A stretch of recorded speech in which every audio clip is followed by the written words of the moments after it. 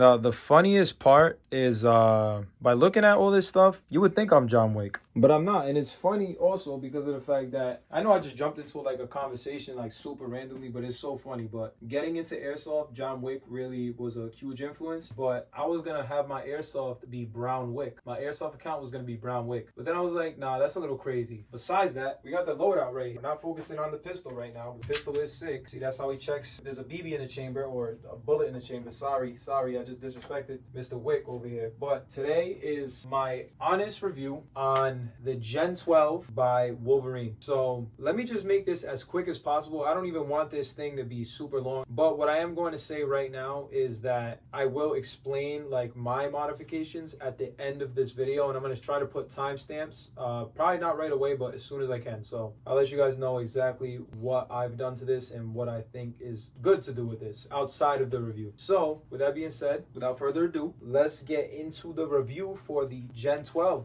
All right, I'm going off of my Reddit post. So it's like a pros and cons type of thing. So the pros, this thing is powered by air. So you would just attach a line here and there you go. That's it. It shoots. I mean, you have to have the regulator and all that, but you put a battery in the grip, hook it up to the air, and you can adjust the PSI to make the FPS go higher or lower. And it is adjustable from 80 PSI, that's just pretty low, all the way up to 140 PSI, which is pretty high. So that makes it so that you can use multiple types of different BB weights and also, you know, just be able to be within field limits at whatever field you're playing at. So that's pretty cool. The next pro is going to be the fact that this thing comes with a hop-up unit for a multi-shot shotgun. That is extremely rare to have a hop-up unit. So for example, this is a ESG-10. This thing shoots 10 shots or 5 shots and it doesn't have a hop-up. I also have a shotgun over there that is a pump, does not have a hop-up. These tri-shot shotguns also don't have a hop-up. Some of them do, but what I'm basically trying to get at is most shotguns do not have a hop-up. So thank you, Wolverine, for throwing a hop-up in this. You just adjust it with an Allen key up here, and a hop-up, if you guys don't know what it is, it makes your BBs go up or down depending on the weight of them. You might need to adjust it so that you can, you know, get better range or, you know, just use heavier BBs or lighter BBs. So thank you for that because that's going to save me some money. I can use some lighter BBs indoors now without the BBs hopping straight in the air. Let's see. All right, so all of the BBs travel at the same FPS or meters per second if you go by that, which basically means that when the BBs come out, not, you know, there's not one falling behind the other. They're all traveling at at least with me running this at 130 PSI with 0.25 gram BBs, every single BB that left this chamber was leaving at 300 feet per second. So that is insane. Another pro about this too is the fact that the groupings of this gun, which I will show you right now, is directly comparable, at least for about up to 30 feet, to a normal tri-shot shotgun. So like the Sega 12s, they're pretty accurate at a pretty long distance, and then they'll start to spread. This is pretty identical to that. As you guys can see, like I have a lot of shots where you can see that it looks like I'm really not even shooting 8 BBs because the groupings are super tight. But that makes this super overpowered because that means that when I'm shooting trying to be accurate, chances are I'm most likely going to hit you because of the fact that since I'm shooting that accurate shot and the BBs aren't spread too much, I'm gonna hit what I'm trying to shoot at, even if it's small, you know. After that 30-foot mark, it's gonna start to spread. So that's at least my experience with 2.5s at 130 PSI, 300 FPS. Let's see. This is a lightweight design, excluding what I've done to it. It weighs only 4.5 pounds, which is insanely light. Thank you guys for making this thing super light, because if it would have been heavy, I would honestly not even care because this thing weighs like 500 pounds. So thank you anyways for making this light. The battery is wired to the pistol grip. Thank you guys, because I am the type of person to remove stocks off of shotguns or not shotguns, guns in general. I have the MPX right here, no stock. Sega 12, no stock. These Segas, both of them, I don't know if you can see that one, but they have foldable stocks. I don't like stocks because I play CQB for the most part, and not having a stock is probably the best advantage. So yeah, thank you for what the heck was I even talking thank you for wiring the battery to the grip. I'm down a whole like freaking thing, but yeah, thanks for wiring the battery to the grip. I really appreciate that, Wolverine.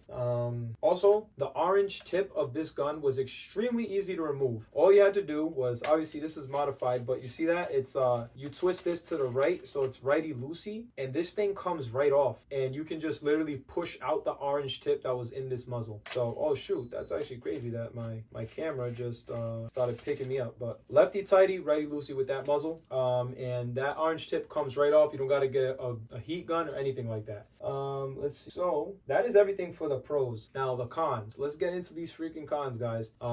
First con is going to be price. If you are a average airsoft goer, this gun, not on sale, I got about 15% off because of Airsoft Con, $935. That means not being on sale, this thing goes for $1,100, which is, in my opinion, on sale or not, it is worth it because you pay for what you get, and this is something that has not been seen yet in the airsoft, hobby. So it is definitely worth it in my eyes, but for some people, they'd rather get like 4 other guns and, just other gear and stuff in general rather than just put everything into one, or maybe they have like a freaking car payment that they want to pay, like, what I'm saying, this, or rent, what I'm saying, this is somebody's rent, which is insane. So I don't blame them for the price though, because this thing does perform, and there's some more expensive guns out there, so no problem for me, but for other people, yeah, it's going to be a problem. So it is a con. The HPA valve placement is horrible. Hold on, how do I cancel this thing? I don't like how it's following me. Anyways, the HPA valve placement is horrible, and the reason why I say so is because of the fact that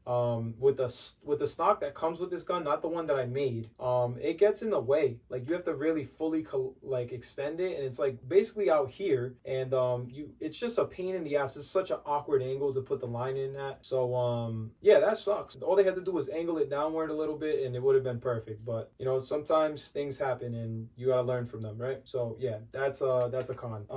The impractical magazine size. This is a modified magazine, and this is the stock magazine. As you guys can see, this thing is huge. This huge thing that's about 2 times the size of this small thing only lets me shoot 17 times, which is horrible considering the fact that, you're gonna want to have some fun with this. You're gonna want to shoot it more than 17 times. So I understand that this is a 1-to-1 replica, and the real gun with the real mag size actually holds 17 shells, but we're playing airsoft. I just don't think that was reasonable, at least in a gameplay sense. But if you want to be real accurate to how this is, you guys did a great job. But personally, for airsoft gameplay, that's not gonna cut it for me. So I had to go ahead and make a modified mag that holds 31 shots with a smaller overall design. So I'll make a video on how to do that pretty soon. So let me know if you guys want that, and I'll make it happen. I'll probably make it happen regardless, but that extends your mag capacity by almost 2. Besides that, another con is the buffer tube. This buffer tube seems like it's not able to be removed, and seems that it's like permanent. It's not a typical buffer tube design. It doesn't have a screw that you unscrew to get it out. I basically just took the stock off and noticed that this buffer tube seems like it's impossible to remove. If it is possible, let me know, Wolverine, but I doubt it is, because the way that it just seems like it's in there, I don't know. But that sucks, because I like to take stocks off of my guns, and I already explained that earlier, and I can't do that with this because of that reason. So that sucks. This thing chews through ammo like water in a sink or a water in a waterfall. I don't know why the hell I'm making these crazy comparisons, but it's true. Like, I went through 3,000 BBs in 6 15-minute games. So I pay around 200 BBs $1 for 2 5s, right? And doing some quick math, that's around 60 shots a game. And then let's say I went through about $15 of ammo in 6 games, and 200 BBs $1 is a good price for BBs. So most people are spending more than that. So yeah, this is a pretty expensive gun to use if you want to shoot it at least more than 30 times a match. So keep that in mind when you're using it. It's gonna go through your money with ammo costs.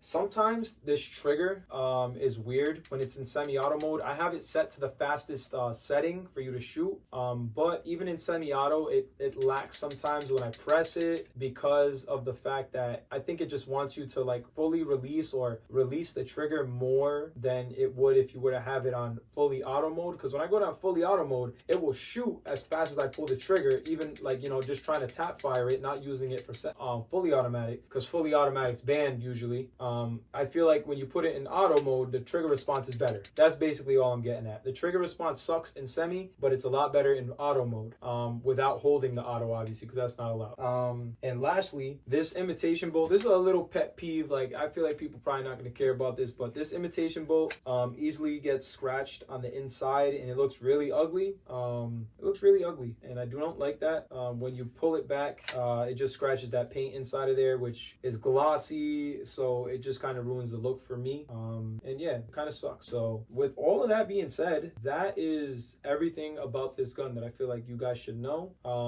and how I feel about everything. But just now, let me talk about some of these modifications I have. This stock, I basically put a piece of wood. I took off the regular stock and put a piece of wood here, a triangular piece of wood, and just taped it.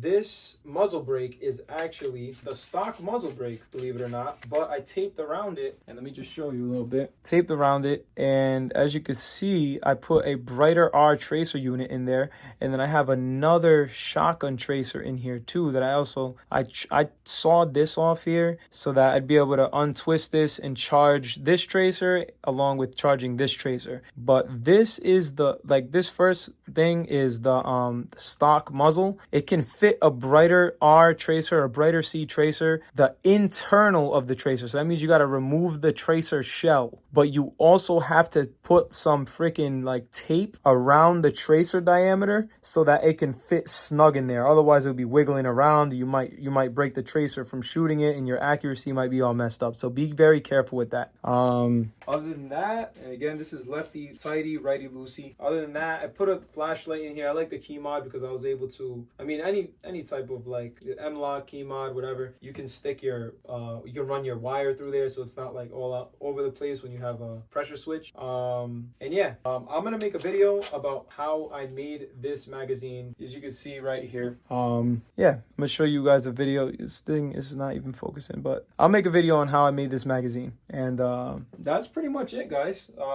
Let me know if there's something I missed, if you guys want to know like how this, there's something. I feel like I went through everything that I would have wanted to know, and what anyone would have wanted to know. But if there's something I missed, just comment. I'm gonna respond to every single one of your comments. And again, thank you, Wolverine, for dropping such a beast of a gun. Shout out to y'all. Also, I peeped that you guys subbed to me. You guys are the goats. I'm gonna keep stuff coming, don't worry, but I'm gonna be out here, man. This is freaking motivating as hell. My YouTube has been kind of exploding, not like extremely, but I've been doing pretty good, and I appreciate every single one of y'all who have taken the time to watch my videos recently. And even if you're just coming in now and you've never seen me before, just know I'm going to be bringing some pretty good content that's going to be edited. So if you like to laugh, I'm tooting my own horn right now about how I'm a clown, but I think I have a good sense of humor, and that you might chuckle a little bit at some of the stuff that I bring to the table. So with that being said, guys, it's been your boy Airsoft Predator, and this was the Gen 12 review by Wolverine, and I'll catch you guys in the next one. Peace.